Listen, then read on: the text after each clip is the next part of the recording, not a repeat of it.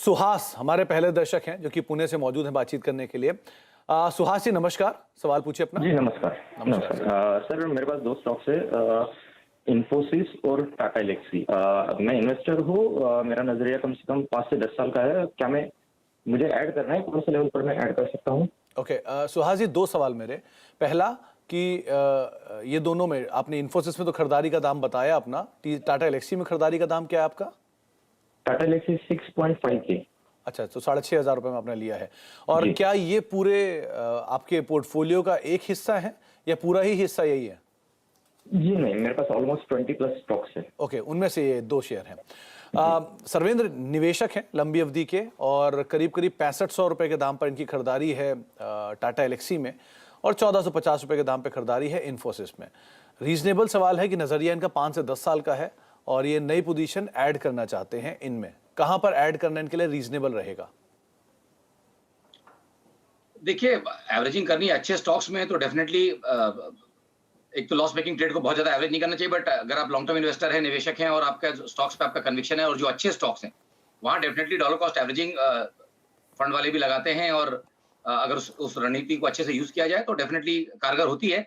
But अभी तो इनके भाव के आसपास ही है और ये अभी एवरेजिंग की बात कर रहे हैं। आई थिंक आप एवरेज करेंगे तो कम से कम आपके कॉस्ट से 15-20% नीचे चीज जाए तब जाके आप कहीं एवरेजिंग करने की सोचेंगे, या किसी ब्रेकआउट में आप ऊपर में भी एवरेजिंग करेंगे। लगता है आपको कि मेरा कॉल सही जा रहा है, मैं ट्रेंड में हूं, और आप ऊपर की साइड में भी ब्रेकआउट में ऐड करेंगे। तो वो तो इन्फोसिस के लिए आई थिंक वो दोनों ही सिनेरियो अभी बन नहीं रहे इनके लिए। तो कोई ब्रेकआउट्स में कोई कन्विक्शन नहीं है कि ये जाके ऊपर के लेवल होल्ड करेगा नेक्स्ट 6 से 12 महीनों में और इनका दायरा तो और भी बड़ा है। तो आई थिंक डेफिनेटली अच्छा स्टॉक है। एवरेज करने की कोशिश करेंगे तो अपने कॉस्ट प्राइस से 20% नीचे इन्फोसिस को उसके नीचे जाए तब ऐड करने की कोशिश करें, तब जाके इनको कुछ एवरेजिंग का फायदा मिलेगा। या तो ट्रेंड क्लियरली आईटी का रिवर्स हो जाए जो कि अभी नहीं दिख रहा।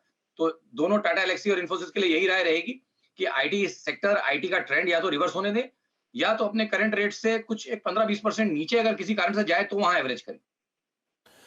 तो सुहास जी आप अभी तो वेट करें क्योंकि आपकी खरीदारी के आसपास ही चल रहा है, तो थोड़ा नीचे कहीं मिले 15-20% अगर किसी बुरे दौर में मिल जाए तो आप वहां पर ऐड कर सकते हैं, वरना आप रीजनेबल डिस्टेंस देख के अपने हिसाब से एक बार को आप एवरेज कर लीजिए। अगर आपको लगता है कि वो लेवल्स रीजनेबल हैं आपके पोर्टफोलियो के हिसाब से तो आप कॉल वहां पर भी ले सकते हैं।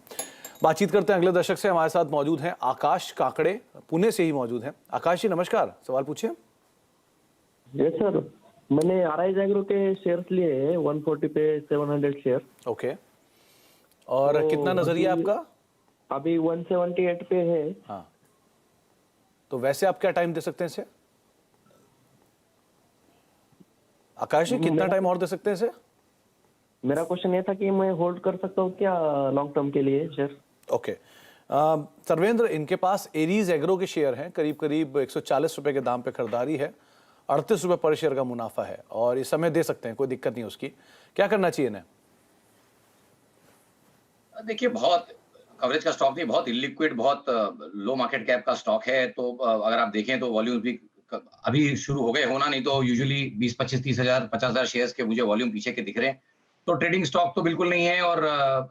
और मेरे हिसाब से आई थिंक जब इतने लो वॉल्यूम्स रहते हैं तो हमेशा रिस्क पर्सपेक्टिव बड़ा रहता है। तो मैं ये मान के चल रहा हूँ अगर इस तरह के स्टॉक्स कर रहे हैं तो ये हाई रिस्क ट्रेडर हैं। आई थिंक ट्रेड में हैं तो मेरे हिसाब से मुनाफे में है, तो हमेशा यही बोलता हूँ कि भाई मुनाफे के ट्रेड में आप ट्रेलिंग स्टॉप लॉस के सारे से बने रहें। थोड़ा सा वॉलेटाइल हो गया है स्टॉक और कैंडल्स भी बड़े बड़े बन रहे हैं, तो आई थिंक वॉलेटिलिटी ज्यादा रहेगी तो स्टॉप लॉस वाइड रखना पड़ेगा। मुझे जो सेफ स्टॉप लॉस अभी फिलहाल दिख रहा है वो 159.40 के आसपास क्लोजिंग ओनली स्टॉप लॉस इनको लगाना पड़ेगा, डेली क्लोजिंग। जब तक 159.40 के ऊपर टिका है तब तक ट्रेड में बने रहें। बट एज आई सेड, बड़े अलर्ट रहें। ऐसे सब स्टॉक्स अगर ट्रेड करते हैं तो अलर्ट रहना बहुत जरूरी है। ये बात सही कही सर्वेंद्र ने कि आप इस तरह के स्टॉक्स में अगर ट्रेड करते हैं तो अलर्ट जरूर रहिएगा। वॉल्यूम थिनली लो होते हैं तो ट्रैप होने के चांसेस ज़्यादा रहते हैं, लेकिन आप अदरवाइज मोमेंटम में हैं, तेज़ी में हैं तो उसका फ़ायदा उठाते रहिए और अकॉर्डिंगली बने रहिए। बता दें कि मनी कंट्रोल पर दिए गए विचार एक्सपर्ट्स के अपने निजी विचार होते हैं। वेबसाइट या मैनेजमेंट इसके लिए उत्तरदायी नहीं है।